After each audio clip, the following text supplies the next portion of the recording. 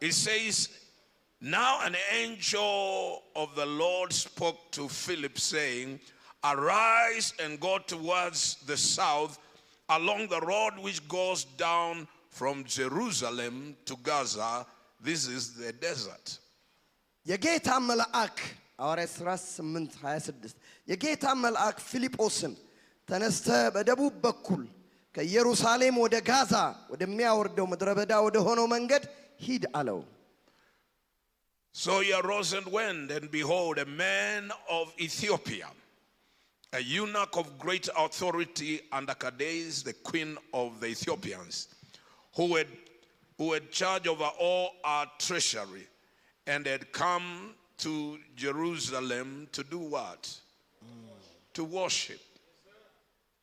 ተነስቶም ሄደ እነሆም ህንደኬ የተባለች የኢትዮጵያ ንግሥት አዛዥና ጃንደረባ የነበረ በገንዘቧም ሁሉ የሰለጠነ አንድ የኢትዮጵያዊ ሰው ወደ ኢየሩሳሌም መጥቶ ምን ሊያረግ ሊሰግድ ሊያመልክ and was returning and sitting in his chariot. He was reading Isaiah the prophet. ሲመለስም በሰረገላ ተቀምጦ የነብዩን የኢሳይያስን መጽሐፍ ያነብ ነበር። Then the Spirit said to Philip, go near and overtake this chariot. Wow. መንፈስም ፊልጶስን ወደዚህ ሰረገላ ቅረብና ተገናኝ አለው። So Philip ran to him and heard him reading the prophet Isaiah and said, do you understand what you are reading? ፊልጶስም ሮጦ የነብዩን የኢሳይያስን መጽሐፍ ሲያነብ ሰማና በእውኑ የምታነበውን ታስተውላለህን አለው። And he said, how can I unless someone guides me? And he asked Philip to come up and sit with him. እርሱም የሚመራኝ ሳይኖር ይህ እንዴት ይቻለኛል አለው። ወጥቶም ከእርሱ ጋር ይቀመጥ ዘንድ ፊልጶስን ለመነው። Verse 34. ቁጥር 34 So the eunuch answered Philip and said, I ask you, of whom do the prophet say this, or of himself or of another man?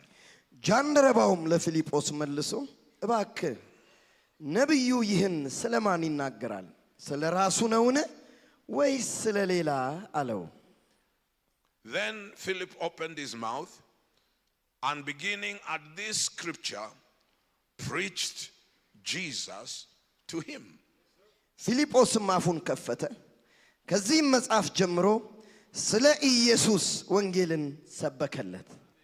Now as they went down the road, they came to some water, and the eunuch said, see, here is water. What hinders me from being baptized? በመንገድም ሲሄዱ ወደ ውሃ ደረሱ። ጃንደረባውም እነሆ ውሃ እንዳልጠመቅ የሚከለክለኝ ምንድነው አለው። Then Philip said, if you believe with all your heart, you may. And he answered and said, I believe that Jesus Christ is the Son of God. ፊልጶስም በፍጹም ልብ ብታምን ተፈቅዷል አለው። መልሶም ኢየሱስ ክርስቶስ የእግዚአብሔር ልጅ እንደሆነ አምናለሁ አለ።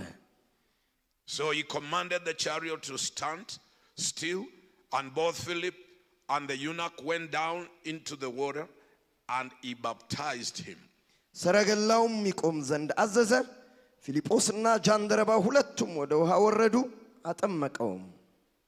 May the Lord bless the reading of his word. እግዚአብሔር የቃሉን ንባብ ይባርክ።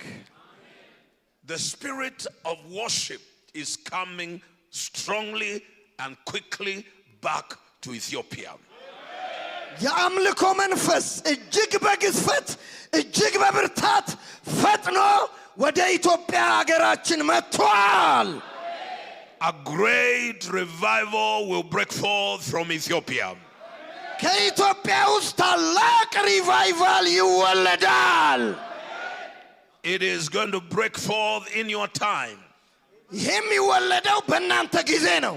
The wise men from Ethiopia ጠቢባን ከኢትዮጵያ worship Jesus as a little baby. ኢየሱስ ገና ሕፃን ሳለ እንዳመለኩት They opened their treasures መዝገባቸውን ከፍተው and they gave a special offering to Jesus. ለኢየሱስ ልዩ መባ እንዳቀረቡት Watch what happens. የሆነውን አጢኑ። The day of Pentecost comes. የበዓለ ሃምሳ ቀን መጣ። And the church is born.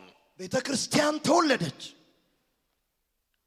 Then in Acts chapter 8, a persecution comes. ከዛ ሐዋርያት ሥራ 8 ላይ ስደት ሆነ። And the church scatters. ቤተ ክርስቲያን ተበተነች። Philip went to preach in Samaria. ፊልጶስ ወደ ሰማርያ ሊሰብክ ወረደ። And while he is in Samaria, እርሱ ሰማርያ ሳለ an angel is sent by God from heaven ከሰማይ እግዚአብሔር መልአክ ላከ to Philip ወደ ፊልጶስ። to tell Philip ለፊልጶስ አለው that there is somebody, አንድ ሰው አለ አለው። there is a special person ልዩ ሰው አለ that needs to hear the message. መልእክቱን ሊሰማ የሚገባው። Go and meet him. ሂድና ተገናኘው። And Philip goes to the road that comes from Gaza through the desert ፊልጶስ into Africa. ከጋዛ ወደ ምድረ በዳ አፍሪካ የሚያስገባውን መንገድ ያዘ። And there he sees a man riding on a chariot. በዛም በሰረገላ የሚሄድ ሰው አየ። And he wasn't a poor man. ያ ደግሞ ደሃ ሰው አልነበረም። He wasn't a foolish man. He was a man. He was a man ይህ ሰውዬ of authority. ስልጣን ያለው ሰውዬ ነው። Say amen if you are አሜን hearing በሉ እስኪ me. በእግዚአብሔር ቤት። I have a new interpreter and he is on fire. አዎ እሳት ያለበት። Bless you, sir. አሜን thank you. Wow. ዋው So Ethiopia ስለዚህ ኢትዮጵያ is all over in the scripture. In the Old Testament, በሁሉም መጽሐፍት በብሉይ ኪዳን right in the middle of the Bible, in the book of Psalms, መጽሐፍ ቅዱስ መካከለኛው ላይ መዝሙረ ዳዊት ላይ in the book of Matthew where the gospel begins, በማቴዎስ ላይ ወንጌል በጀመረበት and in the book of Acts, በሐዋርያት ሥራም a man from Ethiopia. የኢትዮጵያ ሰው Ask your neighbor, do you know where you are? ጠይቁት እኮ አጠገባቸው ያለውን ከየት እንደሆንክ ታውቃለህ ወይ በሉት እስኪ። ኦራበሮስ ተክረብራዲ ዲቦሪያ